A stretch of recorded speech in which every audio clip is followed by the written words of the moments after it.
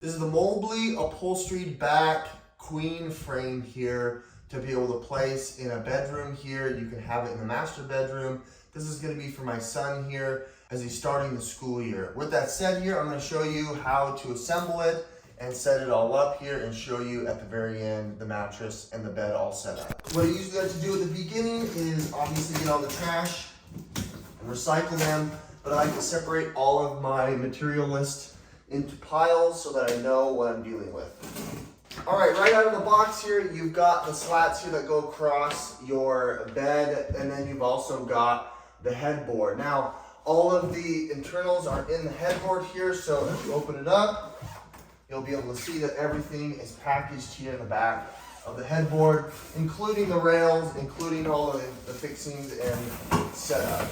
It makes it easy for travel, so if you're moving, if you're a student, you're moving from dorm to dorm, or if you're a new couple trying to get your start in life, what's great here is you can be able to attach everything and disassemble and assemble it all in one, so you're not dealing with a bunch of stuff when you're traveling.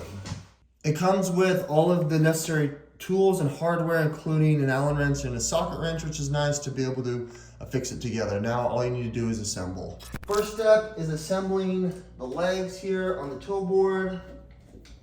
They simply just screw on. What's nice is they're made out of polycarbonate construction, and they do have soft pads on the bottom, so if you are on hardwood floor, you don't necessarily need to get your own pads. It's got its pads here set up. Next step is to set up the center rails by articulating them out, as well as the crossbars, which are going to provide the support on the bed.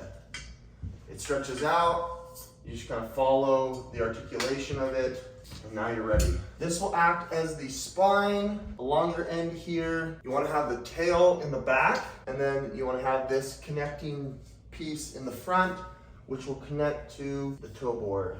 And then as a cross rail, you're going to be placing it in between, just like that. Alrighty, you're going to be placing an H1 on each one of these holes here and using your socket wrench. You're going to place one of these bolts here in the center. Last part of this step is affixing the toe board here to the frame now. The last step is affixing the toe board here to the frame. You're going to be conjoining here these two bolts. Firstly with the one provided, and then secondly the one that affixes to it. Okay, now you're going to be affixing the side panels here together. You want to find your left and right, making sure that you've got the wood facing up and the Velcro up as well. Each one of them comes with 2 screws, which they align here on the inside of the panel, so you're not going to need any additional screws. You want to unscrew it out a little bit so it can latch onto it, and then you can screw it tight with the socket wrench. Do the same thing on the back side as well. The 2 screws here you're going to unscrew, place on the railing. Step 6, you're going to be affixing the side rails to the headboard support. We're going to move the headboard here over just a bit. Now you're going to make sure that you have aligned the correct sides here. The 2 bolts are going to be facing the outside here, affixing to this anchor. And then where the 90-degree hooks connect to, that's where you're going to affix it here to the headboard support, while all making sure that the Velcro is facing up. Now we're moving over to the other side. Go ahead and follow the same direction here, and then we'll move on to step 7. Next step, step 7, was to align and affix it to the base unit. I did that in step 6 on accident. Step 8 is attaching the headstock here now so that you can attach the headboard. When you fit the headstock here, you want to make sure that these little dots here are facing inward towards the bed, and you're going to be affixing it at 3 points. The headstock will affix here on the center and then on the 2 edges here on the back of the headboard. You want to have these little dots that poke out. You want to have them facing back, and you want to fit it into this little groove here where there's a hole where the headboard support is. That will allow you to be able to also affix it to the left and right side, and then also down the center here, completing your frame. Once you've screwed in that center post here, you want to screw in the left and right side here. It's actually going to feed through the back, so don't mistake that like I did, and feed it through the inside. Once you do that, you'll be able to affix it here into the back.